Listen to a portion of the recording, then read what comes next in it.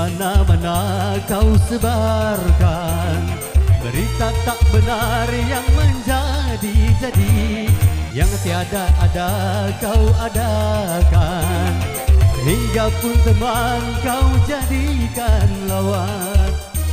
Adanya gosip, waspada adanya gosip,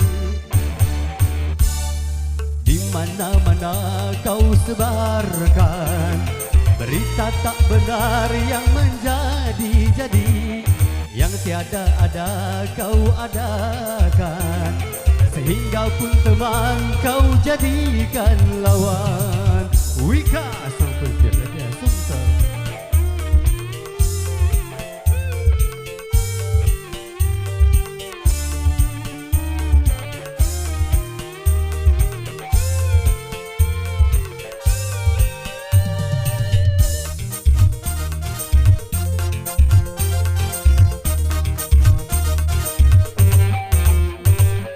Gosip itu bisanya mencemarkan, karena gosip timbulnya kerusuhan.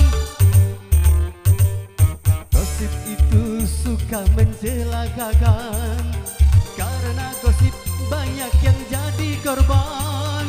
Darilah itu berhati-hatilah, jangan sampai Anda celaka.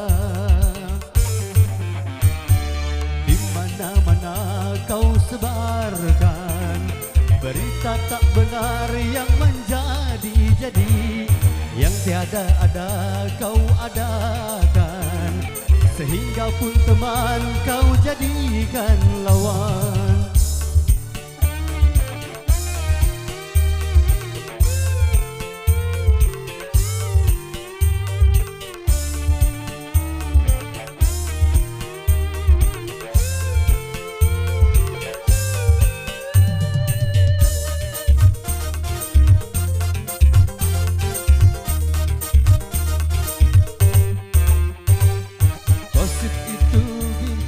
Mencemarkan, karena gosip timbulnya kerusuhan.